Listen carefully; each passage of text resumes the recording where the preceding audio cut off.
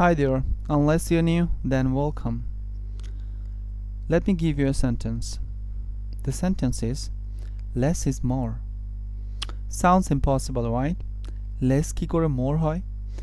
এরকম হয় না মাঝে মাঝে যে সে আপনাকে কিছুই বলেনি কিন্তু আপনি সব বুঝে নিয়েছেন। সো কিছু না বলেই যে অনেক কিছু বলা যায়, that's called less is more.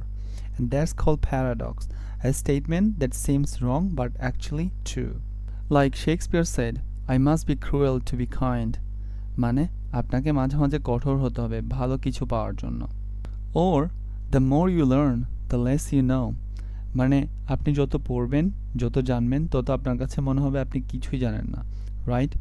এরকমই তো হয়। কারণ অনেক পড়াশোনা করলে মনে হবে যে আমি কিছুই জানি না, আরও পড়তে ইচ্ছা করে। Paradoxes twist your brain and strengthen your language. It's confusing at first, but brilliant in the end. That's the power of paradox. Thank you very much for watching.